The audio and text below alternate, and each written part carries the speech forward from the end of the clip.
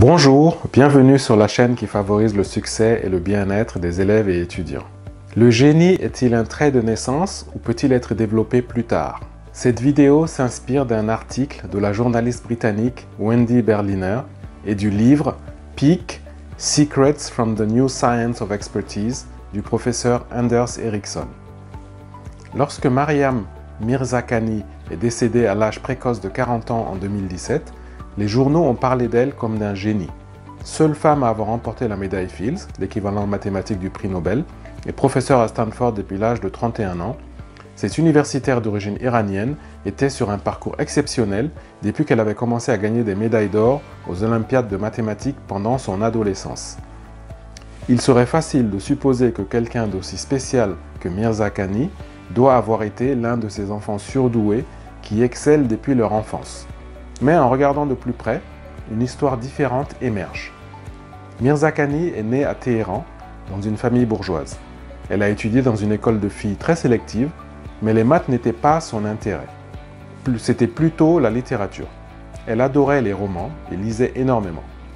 En ce qui concerne les mathématiques, elle était une élève moyenne pendant ses 2 premières années au collège. Elle n'a commencé à s'y intéresser que quand son frère aîné lui a parlé d'un problème mathématique célèbre et elle est devenue accro.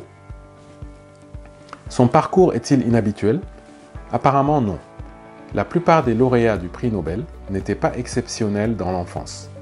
Einstein lui-même tarda à parler et échoua à la partie générale du test d'entrée à l'école polytechnique de Zurich, bien qu'il l'ait laissé entrer en raison de scores élevés en physique et en mathématiques. Au début, il a eu du mal dans sa carrière, n'ayant pas obtenu de poste universitaire et n'ayant pas été promu à l'Office suisse des brevets parce qu'il n'était pas assez bon en technologie des machines. Mais il a persévéré et a finalement réécrit les lois de la mécanique newtonienne avec sa théorie de la relativité.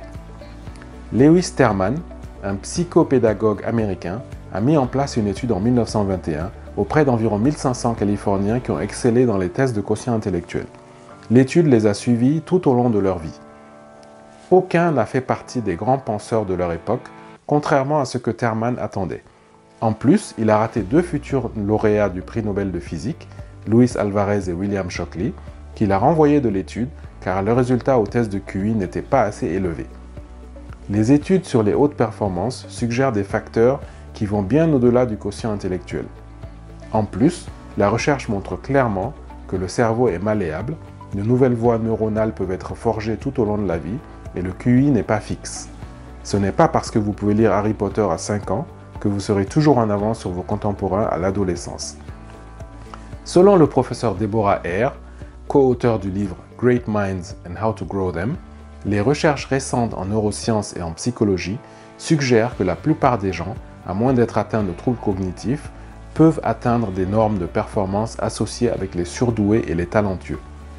Cependant, il faut leur apprendre les bonnes attitudes, les bonnes approches de leur apprentissage et développer chez eux les attributs les plus performants, la curiosité, la persévérance, le travail acharné, une approche que Hare appelle l'apprentissage de haute performance. Surtout, ils ont besoin de soutien approprié pour développer ces approches à la maison et à l'école. Les travaux de Benjamin Bloom, un pédagogue américain travaillant dans les années 1980, soulignent l'idée que la famille est extrêmement importante pour le concept de haute performance.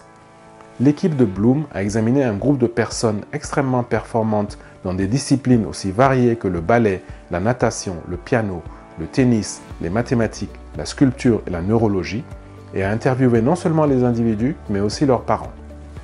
Il a trouvé un schéma de parents encourageants et soutenant leurs enfants, en particulier dans les domaines que les parents, eux, appréciaient. Les adultes exceptionnels de Bloom avaient travaillé très dur et de façon constante à quelque chose qu'ils avaient commencé jeunes, et leurs parents avaient tous une forte éthique du travail eux-mêmes. Einstein, la quintessence d'un génie, avait clairement de la curiosité, du caractère et de la détermination.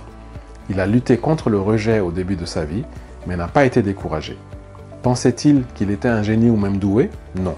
Il a écrit « Ce n'est pas que je suis si intelligent, c'est juste que je reste avec des problèmes plus longtemps. La plupart des gens disent que c'est l'intellect qui fait un grand scientifique. Ils ont tort, c'est le caractère. » Et qu'en est-il de Maryam Mirzakhani? Ses écrits montrent une personne curieuse, passionnée par ce qu'elle fait et résiliente. Voici ce qu'elle disait elle-même.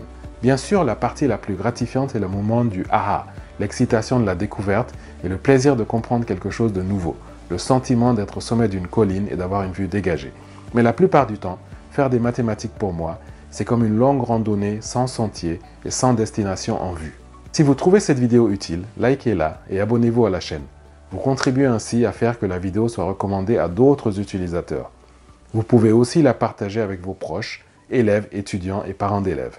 Merci, à bientôt.